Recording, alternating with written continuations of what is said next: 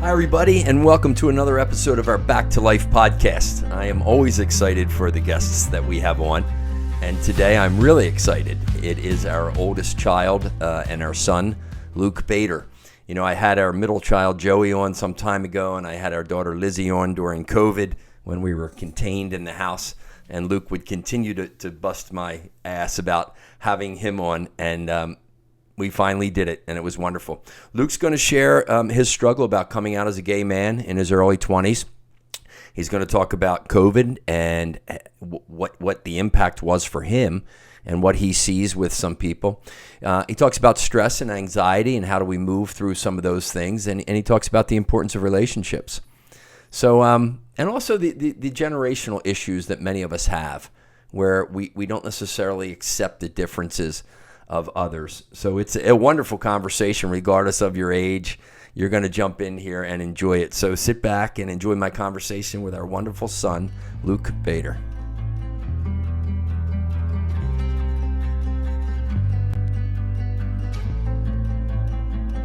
Hi, everybody, and welcome to another episode of our Back to Life podcast. You know, I certainly enjoy all the guests that we have on here, and today is no exception. You know, my wife and I, Lisa, are blessed with 3 children. Joey's our middle guy. I've had him on the podcast before. We talked about, you know, writing and the creative process and all. Lizzie's our youngest. We had her on the podcast during COVID about how, as a college athlete, you know, how do you deal with it? Not just the athletic part, but now, you know, how do you move through the struggle of COVID and everything else? And last but certainly not least is our firstborn, our oldest, Luke Bader. Luke, say hi to everybody. Hello, everybody. Thank you for having me, finally. Luke continued to bust my ass until I was going to have him on the podcast. So I'm happy to have him here, and we'll get into some things. So, Luke, you're 28, right? I am. And you live in D.C. What's going on there? What's your life like in I DC? do. What are you up to? Life is good, working from home, and I have great friends in DC that we hang out a lot and do a lot of fun things together. Yeah. And I'm able to come up here a good bit and see you and Mom and everybody and travel around and Cape May in the summer. So all good. Good. Yeah. What was your experience with COVID? It was, I think, pretty similar to everybody else's. Just that time separated from everybody was tough and difficult, but makes you appreciate when you're not being able to be with other people. Yeah. Yeah, I mean, that was pretty much it. We were fortunate that we were still able to work and have an income and be able to, you know, do mostly normal things just from home. Yeah. But, yeah, definitely a tough time. Do you think there's still residue from COVID for people? I definitely think that there is. Younger generation doesn't. Yeah, from everybody. I don't even really know if we have escaped it enough to know true long-term mental health effects that it's going to have on any generation, really. I just don't think we're that far away from it yet. Yeah. I think everybody's still in that sort of happiness phase of being out of it and having gotten the vaccines and everything and being able to go back to normal life. Yeah, getting back to kind of normal life for sure. What's been your biggest struggle at 28 years of age in life? What's been your biggest struggle? In my whole life. Yeah. In my whole life.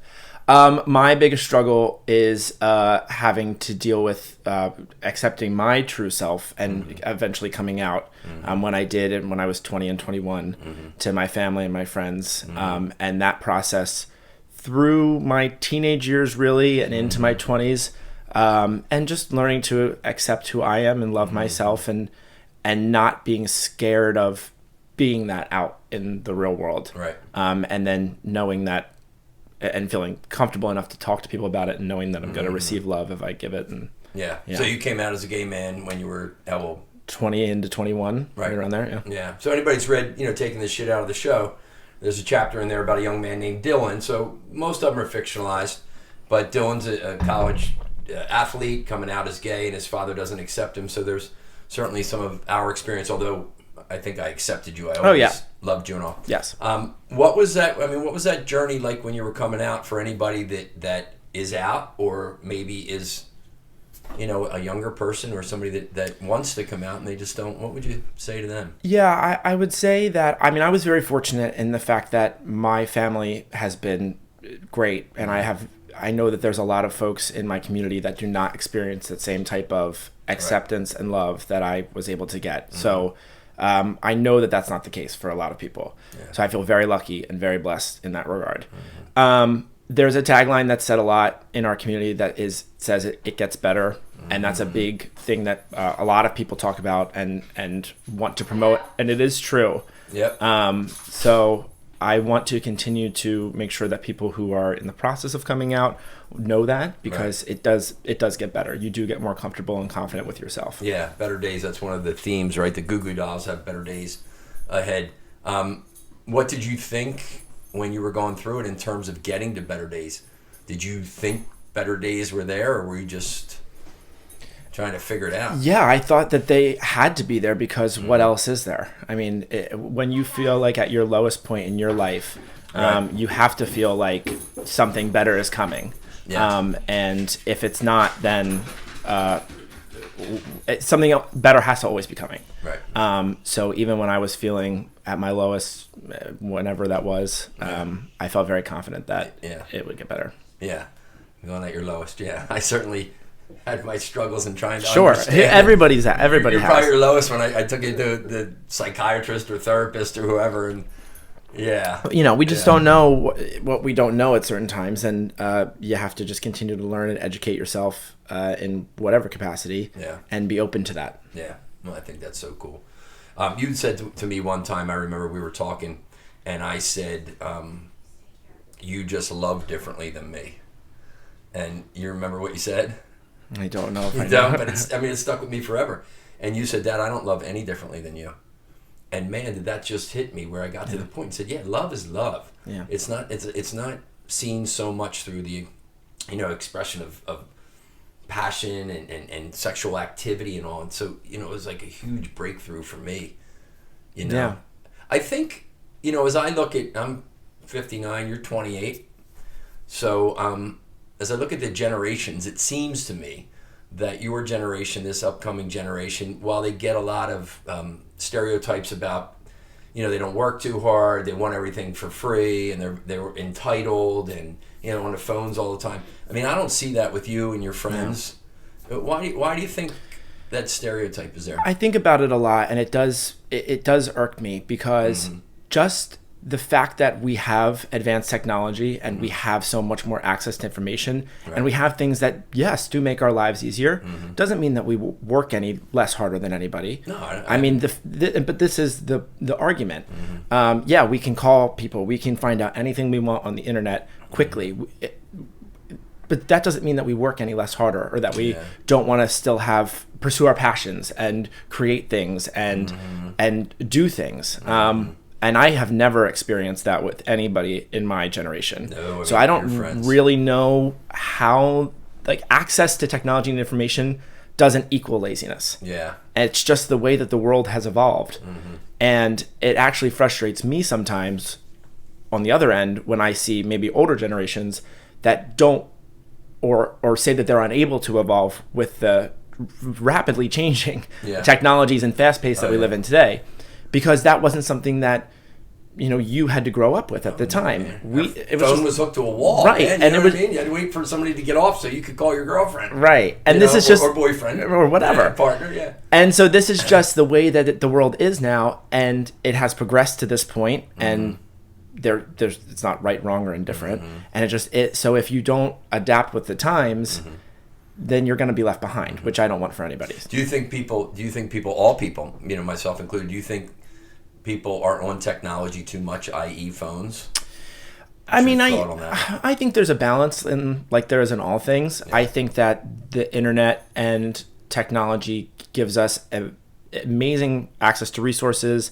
It allows you to connect and communicate with people, stay in touch with folks, be able to see the world both physically and virtually and things. Oh yeah, it's amazing that way, right? Yeah, of course. Yeah. It can get, on the flip side, it can get very dark. It can get abusive. There's a lot of the things like bullying and online harassment and such, which is absolutely real. Yeah. So on both sides of those things, there are pros and cons and goods and bad. Yeah.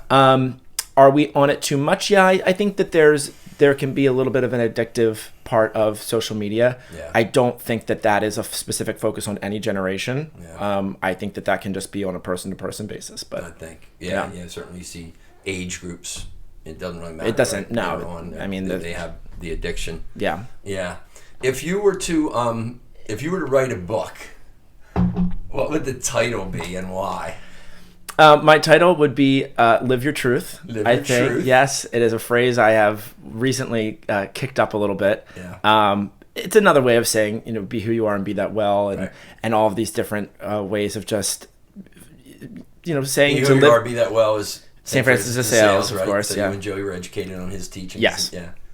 And just trying to live authentically. And we joke a lot about that title and use it with my friends and my cousins and such, even when you're picking out something on the menu. Yeah. Right? Like you're at a restaurant and you say, I think I'm feeling a burger today. Oh, live your truth. Live your Do truth. what's going to make you happy. Right. Do what's going to make you specifically happy. And that happiness is going to translate into other things for you, especially when you're with other people. Yeah. And the sooner you can, as an own individual person, one can be fully happy with themselves, it's just going to create a ripple effect for your circle and then outward. So somebody that hears that right now and is listening and saying, yeah, I definitely need to be happier and more fulfilled with my life. And, having gone through your journey, what are some practical things you would offer them to say, here's how you live your truth. Here's how you become more comfortable with yourself. Yeah. What would you say? The best thing that for myself that I have found is surrounding myself with people who care about me and support me and love me almost to a fault and have that sense of blind loyalty that I think is really important. And that I like to give to my friends too. I mean, my close friends, and I have many of them, which I am very fortunate of, are the best. And so creating that circle for yourself has been, in my experience, the most important thing. Yeah. Yeah, it's so important to people that we surround ourselves with. Yeah.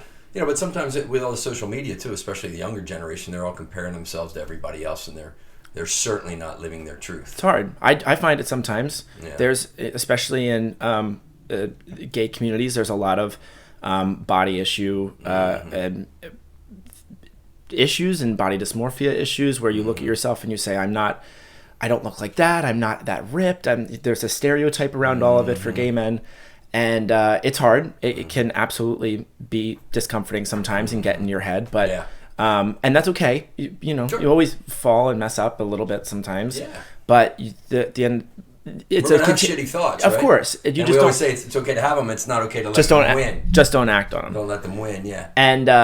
And so just continuing to then learn from that and working on that step to authenticity for yourself is another way. When you have those thoughts, those crappy thoughts or whatever, negative thoughts, and aren't producing good energy, how do you deal with reversing them? What's your strategy? Yeah, I try to remind myself of, give myself a pep talk pretty much, and remind myself of the good things that I know that I do.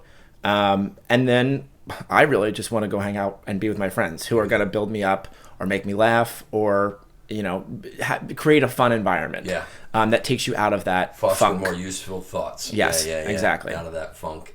Yeah, that is so true, right? That strategy. So live your truth. That would be the book title, and Jell would probably help you write it. I'm sure she would, yes. Jell, if you're listening. Jell is Kathleen, Luke's cousin, my dear niece, and Luke's other sister. Yeah. Kind of. What else? What else indeed? Life. Thoughts, yeah. fulfillment, resilience. My work is all about two things, right? Fulfillment, I'm getting everything out of life that I want, and resilience, I can move through the difficult times.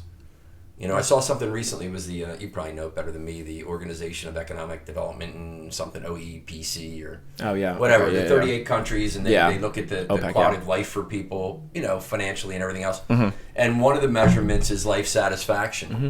And the average was like a 6.8 out of 10 around the world. Now, I know some situations, there's just underprivileged countries with food and water is an issue, and I can certainly understand that. But it was just kind of a shock to me to say, wow, that's like a failing grade, right? 6.8 if you put it on our school. Yeah. That's a failing grade. What do you see in terms of our country, the world, in terms of life satisfaction? Would you look around and say most people are? Most people aren't? What's your observation around that? Fulfillment. Right? Yeah, I think that in my circle and my generation of people who I talk to, and there's jokes and memes on Instagram and Twitter and such, the news is always telling us that we're living in unprecedented times. Yes.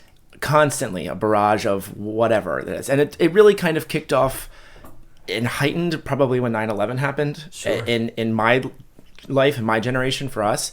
And it's just been constant ever since then.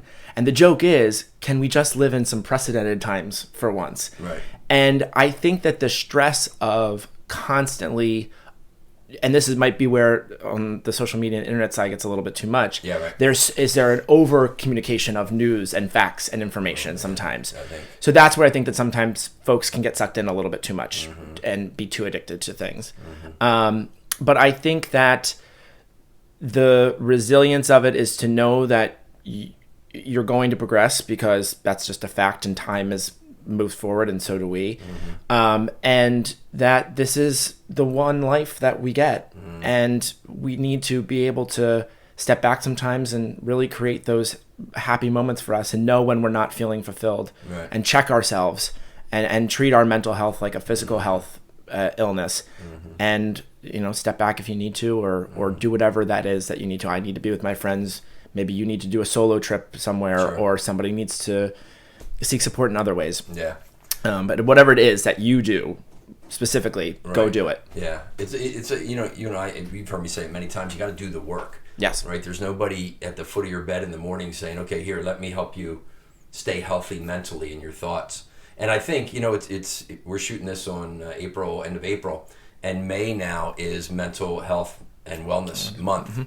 So it's pretty interesting. So everybody out there listening right now, here's what I would offer to you, right?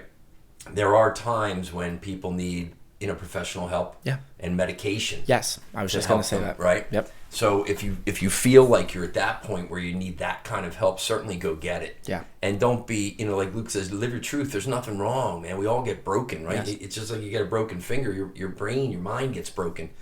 And there's many of us, myself included, that there's a lot more things we can do for our mental health that we're not doing.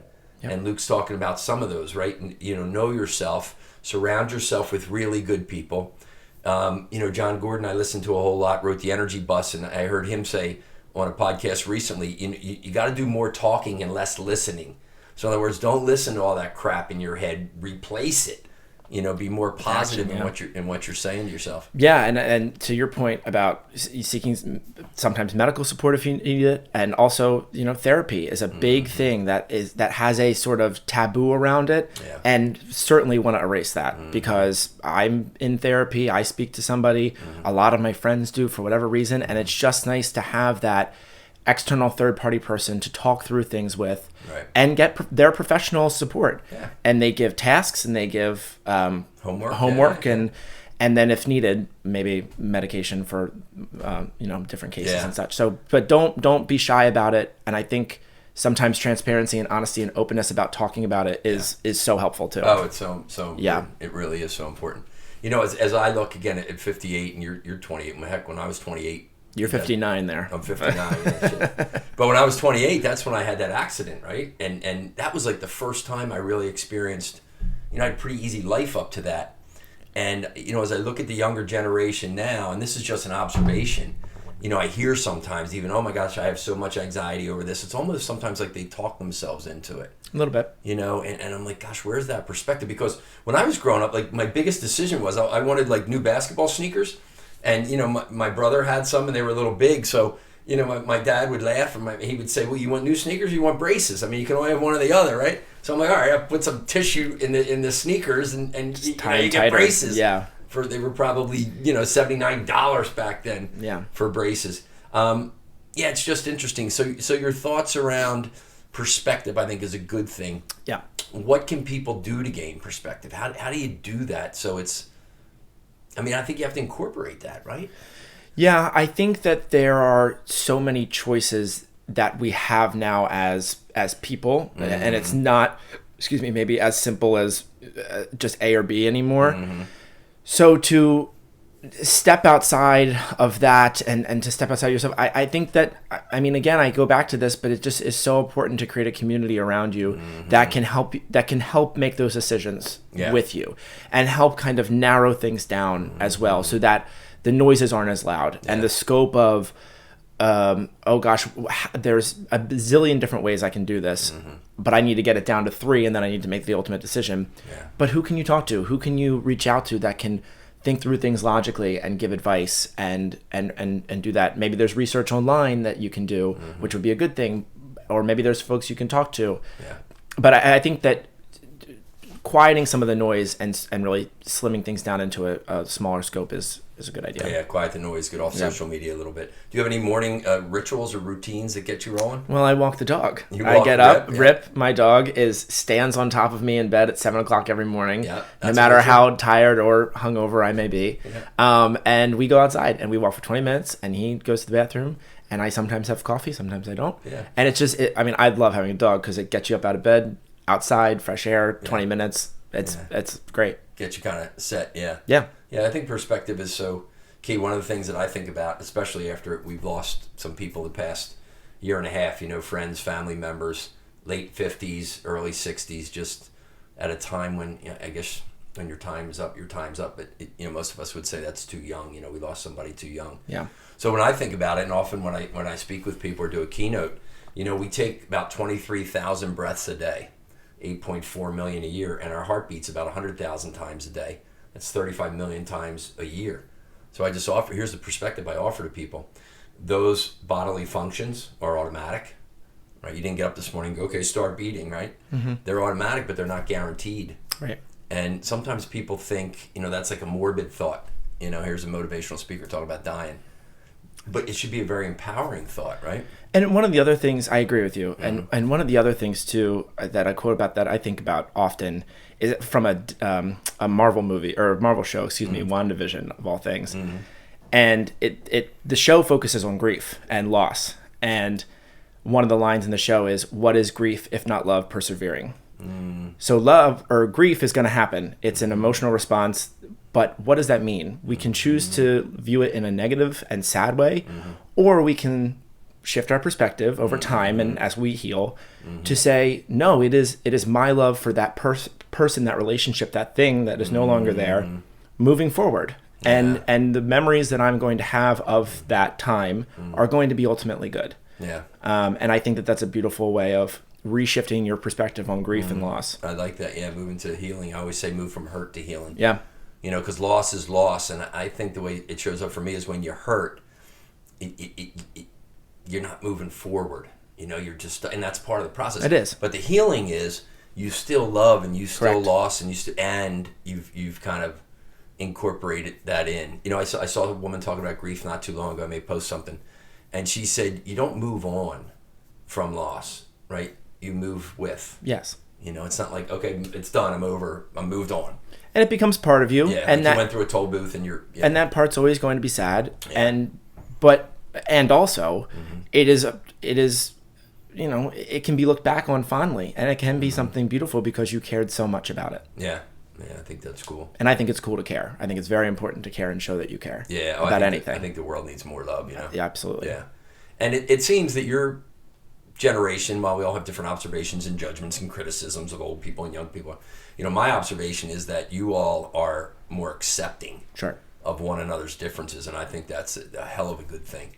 Yeah. And your journey to come out as a young gay man certainly helped me kind of shift and see, although over the years I've seen the gay population, and I've come to accept that much better than I did early on, because you're raised and a lot of people weren't out in the 80s, and you play basketball and you didn't want to talk Yes. So it's our own journey just to kind of, but even you see there's so many more tattoos now, and I would go like, I didn't understand it because I don't have any, and I don't know that I'll ever get any. And though just watching that and getting past the tattoos and a nose ring or something, and for me it's always getting back to, because there's a spiritual essence in all of us, man. There's a soul. Your heart, your brain, and your lungs make your body go, and there's a divine energy in all of us. I freaking absolutely know that. I experienced it. I know it. And for all of us, myself included, and all of you out there, just see that in the person. See that in the person that cuts you off driving or whatever. Yeah. See that in the person that, you walk into Starbucks and they got purple hair and 2 nose rings or whatever. Yeah, and I mean, as a person who has tattoos, yes, there's, what does it matter to you? Yeah, I know. It simply does not affect you, you as the person at all. Yeah. And there's been a lot of talk politically and in the news about individual freedoms and what that means. And if what I'm doing with my life and my body has no effect on anybody else, right, then it should be protected. Yeah. And it should be just allowed to exist. Yeah. So the fact that I'm gay, which isn't even a choice, or the fact that I choose to get tattoos or whatever, has no effect on anybody else. Yeah. So why should it even be any discussion? Yeah, no, I agree 100%. I always think, and I've said it to you before, if, because I follow Jesus and his teachings, I believe he was who he was. I'm like, if Jesus came back right now, he would love Luke. Yeah. Like, you're a wonderful young man, not just because you're my son, and you put goodness into the world. Yeah. And when you have a difference with somebody, you can have a decent conversation where it's not so judgmental and yelling. Yeah. So I think all of us, myself included, anybody listening, I'm just encouraging you. Lead with love a little bit more. I love that the question that you said. Well, what does it matter? What does it matter to me? There's, like you said, if there's no there's no physical harm. Nope. There's no harm. Now, when if somebody's harming you, you got to stand up. And, of course. Regardless of who they are, what they look like, anything. That's rarely the case, right? Yeah. Sometimes we just get so freaking upset over don't let dumb shit matter, right? Over DLDSM. nothing. Yeah, there are a million more important things, real problems that we need to be worrying about. Yeah. Both probably in your own life, and I can think of ones that are more important to me. Sure. And on a national and international scale, there are just problems that exist, and some of the times we get caught up in the things that just don't matter because maybe they're hot button issues, or somebody tells us that they matter, but they don't actually. Yeah. Well, I think it's just they're not aware of it. Yeah. We've just been conditioned. Correct. To do that, and it's automatic. Groundhog Day. Correct. Every day. I always say that consciousness is our heart, brain, and lungs working. Awareness is when we realize that's not forever. So again, it gets back to that point of, I'm not here forever. Right. I mean, there's pretty much 100% chance that all of us are going to die.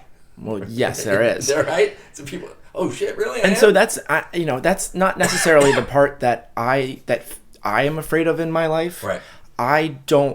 The part that scares me and upsets me is the suffering that people have to endure while they're here. Yeah. And whether it's due to disease or poverty or war or, we can go big or small here. Yeah. That's the part that I want to try to fix. And that is the part that I think that we as human beings have control over, is coming together and trying to actually fix the solutions or create the solutions for the problems that we can. For some of these massive problems that are actually really affecting and harming people physically. Oh, yeah. Because, we're probably all not going to be here forever. And so, but therefore, how do we make the part that we are here for as good as we possibly can, with as minimal suffering as possible? Good for the greatest amount of people. Correct. Yeah, I think that is so cool. Good deal. I've enjoyed this, man. Anything else? Thank you. I don't know. Do you have any other questions for me? I might have one more question. Yeah, you can't bust I finally got on the podcast. I'm very comfortable here. You can't bust my ass. I can't. I know. I hope you've all enjoyed it. I got to take this out of the rotation. My friends, Luke's friends. But no, thanks. Just a great conversation. I love you dearly. I think you're a wonderful human being. Thank you. Young man. And you have some good insights. And I think you probably... I know you probably gave some listeners some things to consider. I hope so. Regardless of their age. Yeah. And how they move through struggle.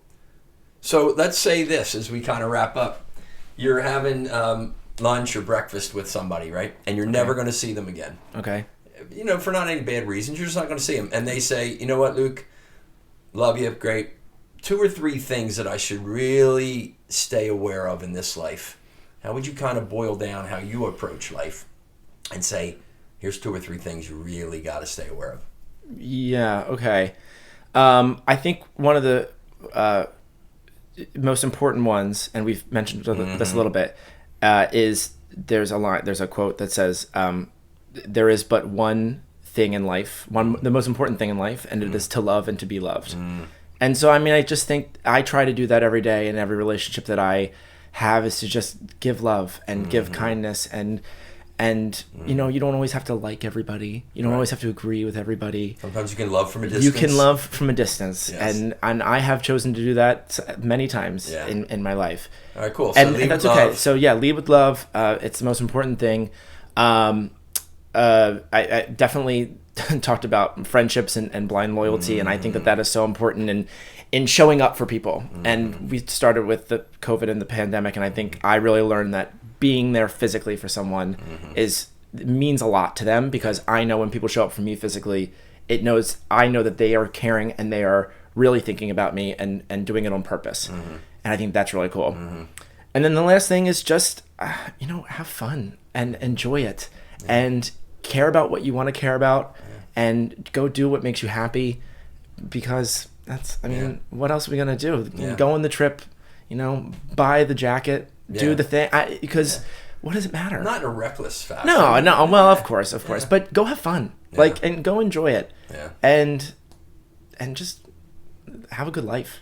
I mean, I know it sounds so maybe quaint, but it's true. It's right and it's sometimes it's pretty simple. Yeah, it really is. I mean, one of the books I have is the top 5 regrets of the dying.